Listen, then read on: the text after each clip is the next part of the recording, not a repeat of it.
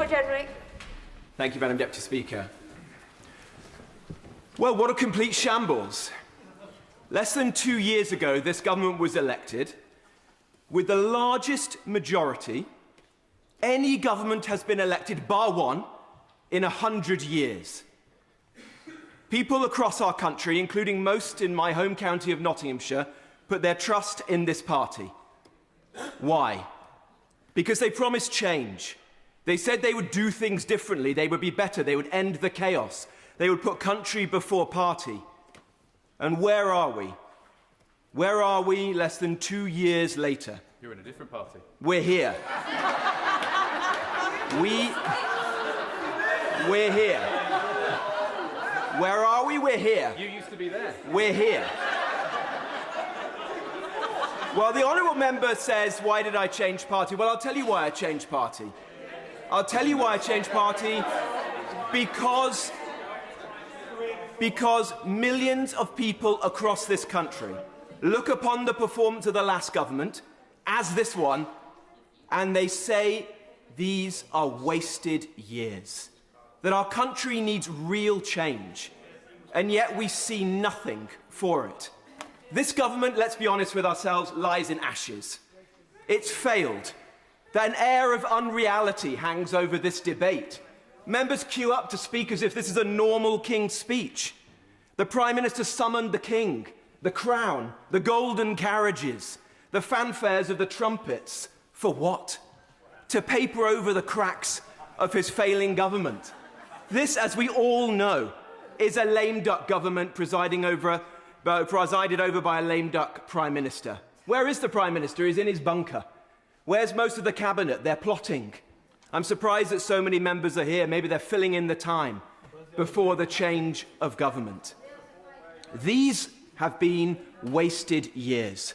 This is what Winston Churchill said of the 1930s when he described them as years that the locusts eaten. Totally wasted time. At a moment where in our hearts, each and every one of us know this country faces the most profound challenges, at least since the 1970s, perhaps more so. We have stagnating economic growth. We have rapid deindustrialization of our country. We have demographics that pose immense challenges. We have public finances that are on the rocks and getting worse with every passing day. We've got out-of-control illegal migration. We've got social cohesion challenges of the type we've never known as a country. Our streets feel increasingly lawless. Our town centres are hollowed out. And these problems cannot all be placed at the door of this Labour government. They are as a result, let me finish my point, they are as a result of 25 years of failed politics in this country by both of the two main political parties and all those that have gone along with it. And yes, I hold myself partly responsible for that. That is why I chose to walk away from that party and to do something new. But I'm afraid today we see on each and every one of those measures, things are getting worse. 70,000 people have crossed on small boats. I'll give way in a moment. Mass migration remains rampant. The public finances are getting worse. Look what the markets are saying, where the cost of borrowing is going up and the pound is falling. Unemployment is rising.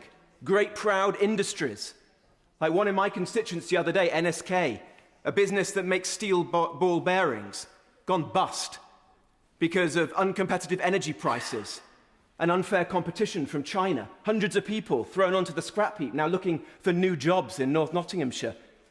Unemployment, youth unemployment, the worst that we've known it. Record high taxes and borrowing.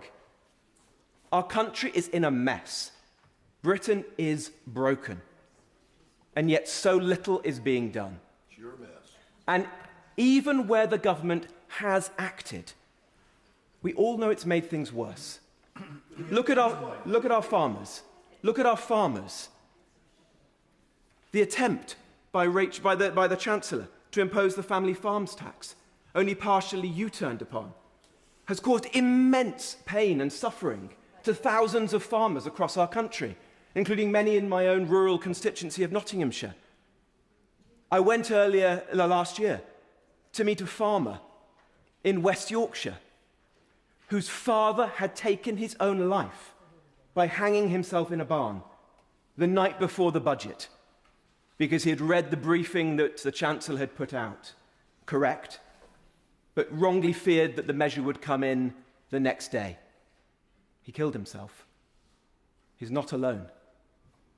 Think of the pain and suffering that some of members of our armed forces have felt as a result of the thus far failed attempt to deal with the issues in Northern Ireland. The bravest of the brave, the men who served in Northern Ireland during the period of the Troubles, now facing a knock on the door or a letter through the letterbox, whilst the last government, for all its failings, attempted to give a degree of immunity to those men so that they would never have to live out the last days of their life facing prosecution in the courts or wasting their life savings on legal fees.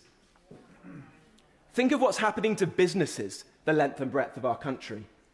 The cost of employing people going through the roof as a result of the Chancellor's national insurance increases, making it more difficult to employ people just at a moment where unemployment is rising, where AI is transforming our economy. We're a 95% service-based economy, one of the most exposed economies in the Western world to AI.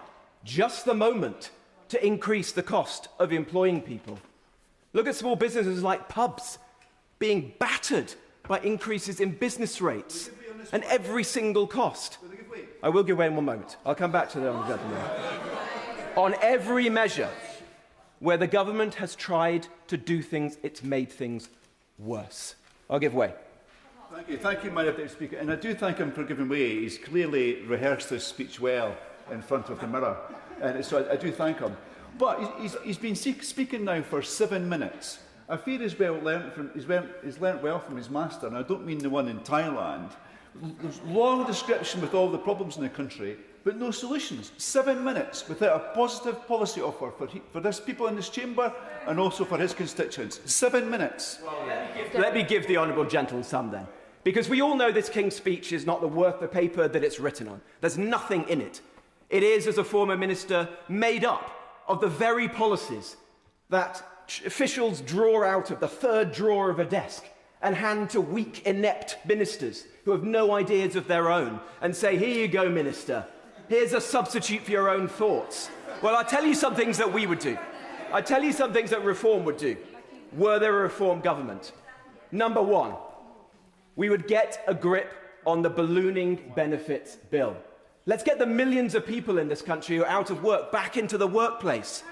In order to get the benefits bill down as a moral imperative, why write off millions of our fellow citizens, especially the young? How can people be off work with mild anxiety? How can we have people claiming PIP who haven't even been to a face-to-face appointment with a genuine clinician? This is madness. It has to change. Of course we want, as a country, a proper safety net. But that's not what we have today. We all know it. At the moment we have a farce where people are choosing not to work.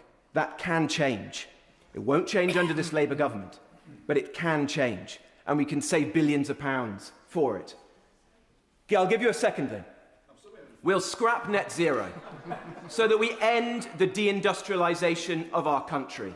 Steel, chemicals, fertilisers, glass, ceramics, car making, jobs, 2 million jobs depend on high energy intensive industries. All will be gone within the next 10 years. And I wager that many members opposite represent the good, decent, patriotic Brits who work in those businesses. You are selling them down the river. We need to end net zero, adopt a pragmatic and intelligent way to decarbonise our economy that doesn't immiserate working people and ruin what remains of our heavy industry. Those are 2 things that we could do. I'll give you a last one. End illegal migration. And the way that we do that is not merely to stop the boats, but to end the farce that people come here on ILR, knowing that they will ultimately become citizens of this country on a short path and cost hundreds of billions of pounds to the Exchequer. Now, the Labour Party has a policy, we're told, that takes us some way to that.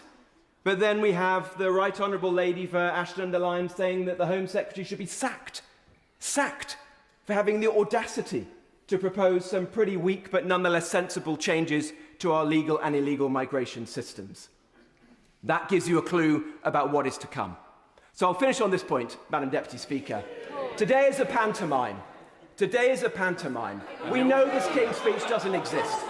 We know this King's Speech will be chucked into the dustbin in a few months' time. Maybe there will be another King's Speech. What we know is what follows will almost certainly be worse. The fate of our country, the United Kingdom of Great Britain and Northern Ireland, doesn't rest on what's happening in this chamber. It rests on the Labour Party members who will choose the next Prime Minister. Because the Prime Minister's finished. We all know that. And what comes then will be more failed policies, no answers to the challenges that face our country, no response to the yearning that there is in the country for real change.